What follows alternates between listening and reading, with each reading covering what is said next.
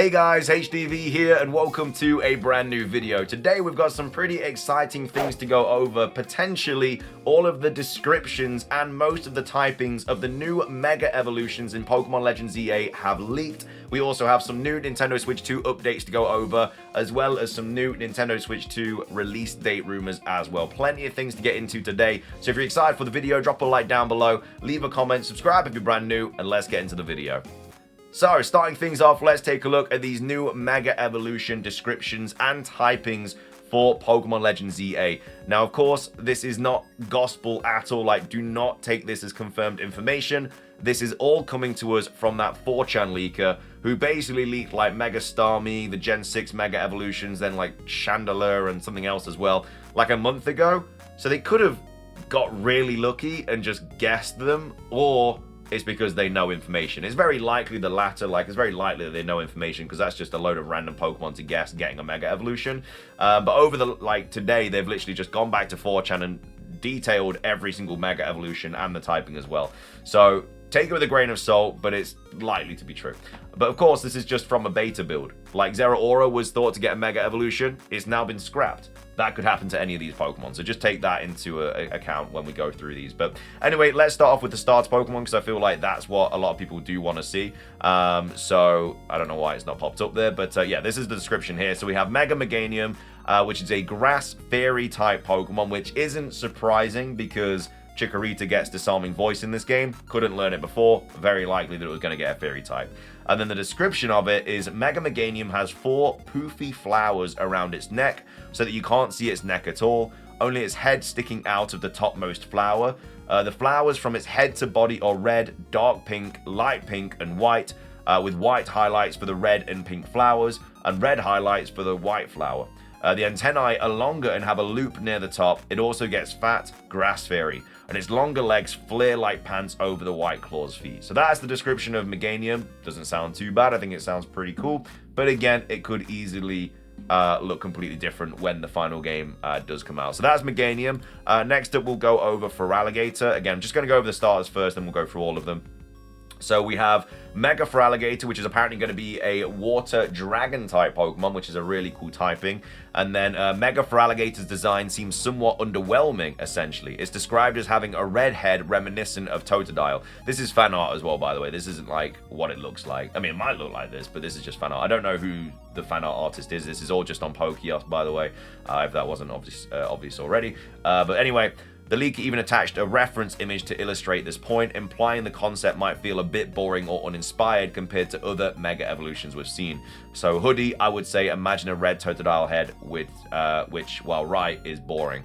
Feraligatr is Water Dragon. It gains a giant red crocodile head that can stand up straight from the base of its neck and then flop down, revealing down to cover its head. It gains 3 red spikes on each of its arms and bigger yellow spikes on its back. So that is the Mega Feraligatr update, and then we'll finish the starter selection, the starter bit off with Mega Emboar, which is here. So Mega Emboar is a fire fighting type, which is quite boring. I would like it to have changed type, but that is not the situation. Mega Emboar is an ancient Chinese soldier. The fire around its head is much fancier and bigger. It has a black decoration sticking up behind its head. In one hand, it holds a spear of full fire pointed straight up and down. And then this is a little bit from Ball Guy as well, which is, I guess, a reference to it. But that's basically Mega Emboar. So those are the starter Pokemon Mega Evolutions for Pokemon Legends EA. Anyway, those are the starter Pokemon. Let's take a look at the rest of the Mega Evolutions now. So we have Mega Clefable, which is going to be a Fairy Flying type. And Mega Clefable is Fairy Flying. It has a pom-pom beret shape that starts pink and becomes white towards the top. The pom-pom is also curly cute. It has enormous wings that stretch behind it and on the side, which are very simple. Gradient from pink at the top to yellow at green to the bottom. Mega Clefable has ears that look like snubbles with brown tips. So that is Mega Clefable. We then have Mega Victory Bell. Don't know why the description's not loading. There we go. So I assume if it doesn't have a new type, then it's just staying the same. So it's going to be Grass Poison. So Mega Victory Bell's brown vine wraps around its mouth opening, tying it shut so that it looks like a giant bulging pouch tied off at a thin opening. The leaf arms are much smaller near the top of the bulging pouch. The leaf at the top stands up and is much bigger and spikier. So that is Mega Victreebel.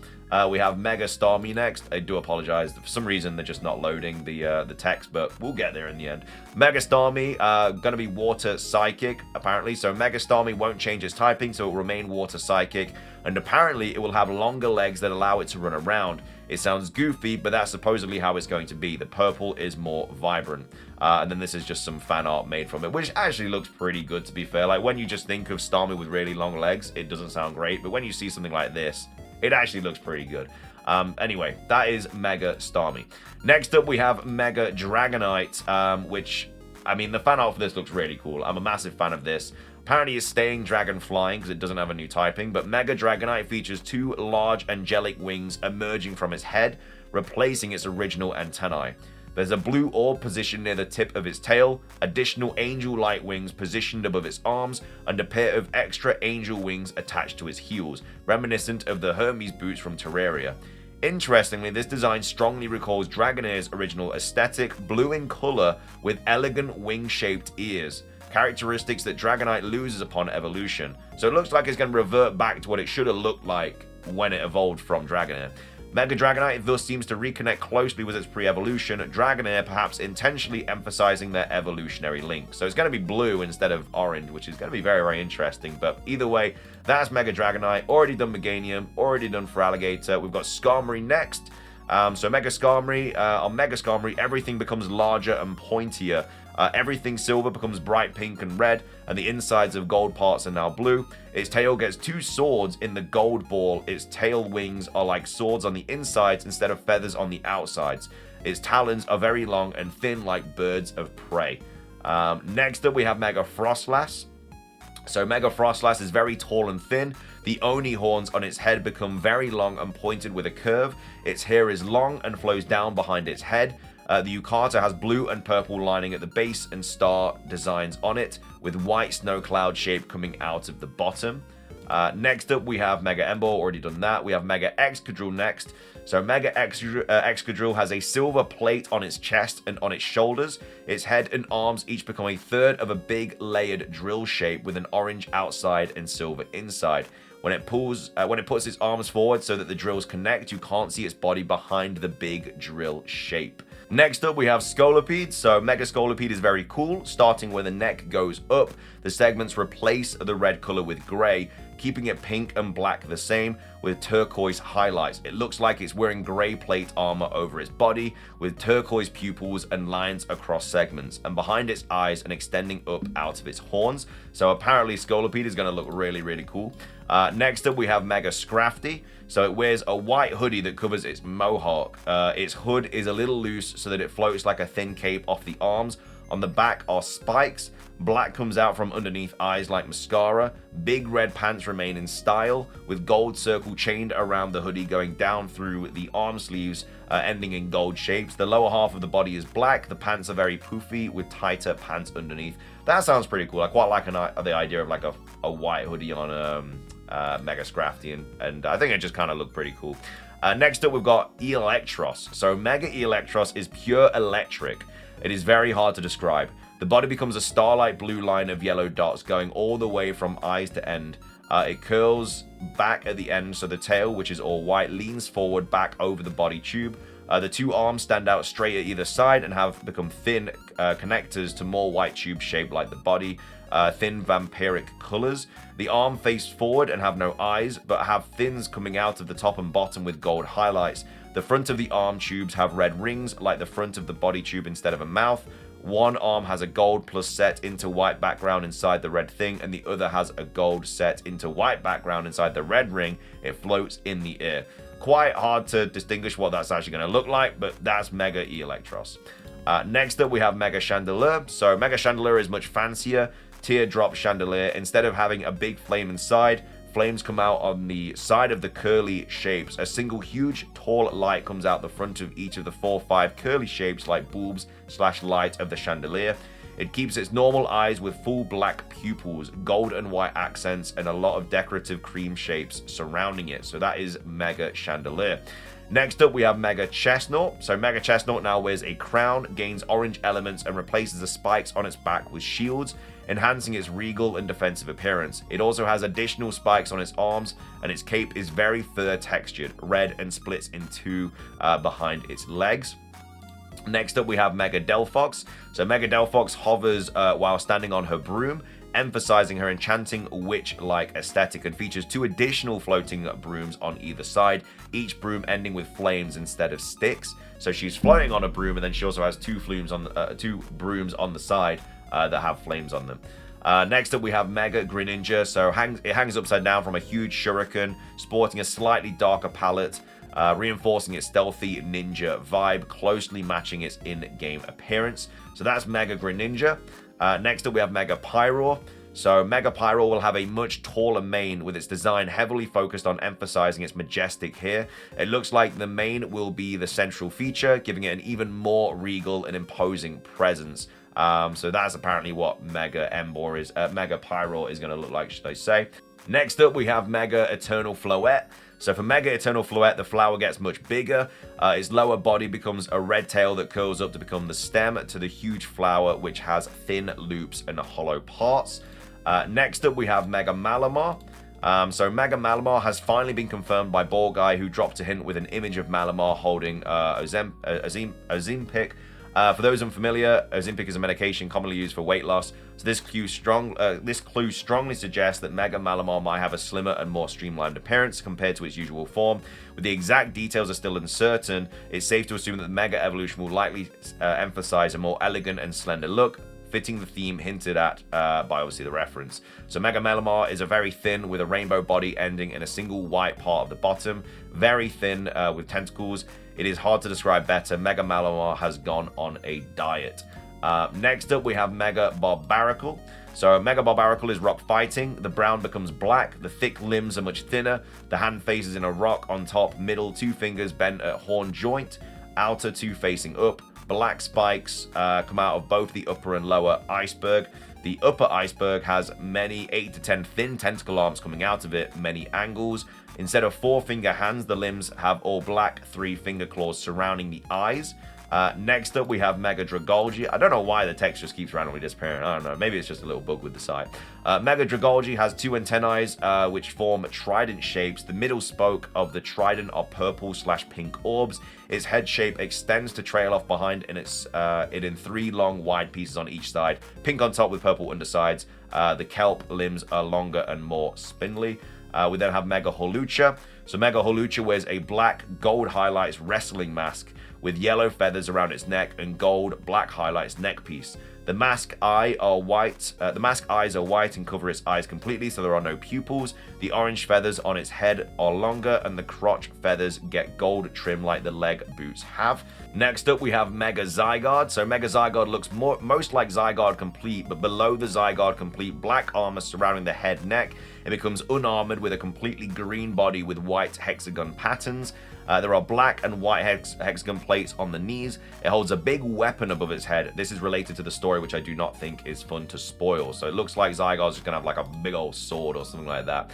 We also have Mega Drampa as well, which turns the white cumulus clouds into storm clouds, and the white is black and grey. Its fur drools down its head like an upturned rat drooping down. The eyebrows curl a lot. It has skinny wings, long into bladelet shape. It has relaxed into a coiled sitting sort of the storm clouds around its body. So that's Mega Drampa, and then finishing things off, we have Mega Phalanx as well. Mega Phalanx appears inspired by a Voltron concept. It consists of 5 phalanx joining together to form a single powerful entity. In this combined form, one arm transforms into a sword while the other becomes a shield. So that's apparently what it looks like. Only fan design that gets semi-close. So it's just going to be like some next level phalanx kind of Autobot or something like that. But those are all the descriptions. Like I say, take them with a grain of salt. Typings, all that jazz. What are your thoughts on these typings? What are your thoughts on the descriptions, though? What Pokemon are you most excited to see Mega Evolve in Pokemon Legends Z8 out of these options? Coming up next, we have some new Nintendo Switch 2 updates. This was a post on Insider Gaming saying exclusive Nintendo Switch 2 will have a 3-phase launch plan for its games. So with Nintendo Switch 2 just 1 week from its official full reveal, this year's annual GDC was buzzing with talk around the future of the console. One such discussion was around the Nintendo Switch 2 launch date, which according to people that I spoke to at the event falls in June, which again is what we're expecting anyway to see for this release date. But that's not all. So according to various sources, the Nintendo Switch 2 will launch its games in a 3-phase strategy, starting with primarily first-party games on launch. According to sources, the second stage will arrive in October to November for third-party studios, many of whom are expecting the dev kits for the Switch 2 to be sent in June. So kind of wild that they still don't have the dev kits yet. Finally, it was said that the third phase for games will be in the holiday period. So in addition to the talk of the 3-phase launch plan, Insider Gaming has also learned that select media and creators will be attending Nintendo Switch 2 hands-on next week, where they'll get hands-on with the console and some of its launch games for a few hours. The Nintendo Switch 2 is scheduled to be fully revealed on the 2nd of April, so we expect more in-depth hardware coverage and perhaps some of its launch games too. A launch price along with the official release date is also expected to be announced during this event. So yeah, this 3-phase plan sounds pretty cool. It just means that we're going to get a lot of first-party titles revealed, hopefully next week, before they go into like more details about like third-party and stuff, because they have to have a lot of Switch 2 games ready to go when this console comes out, because otherwise it won't make people want to buy it. They need those exclusives. Like Mario Kart's obviously a big one. They're going to do a 3D Mario, stuff like that. But yeah, very, very cool that they've got like this whole plan sort of laid out. And it's just for this year as well. It's not even like going into next year, which is kind of cool. But anyway, that's the 3-phase plan for the Nintendo Switch 2. And then finishing things off for today's video, I have a couple of new rumors speculating that the release date is actually going to be very, very soon in May. I had to take a screenshot of these because X is just not working at all. But either way, this is the first image that comes from Switch 2 stock, which says new Switch 2 rumor. So Switch 2 releasing on the 9th of May. So an employee from a retailer Saturn/Media Market in Germany said that the Switch 2 is already listed internally for a May the 9th release. And then we have another kind of image about this as well, saying Switch 2 releasing in May. So according to Media Market, a retailer in Poland, the employees were asked to prepare the shop for May, and they need a lot of space. Another retailer, RTV Euro AGD, was also informed to prepare for May.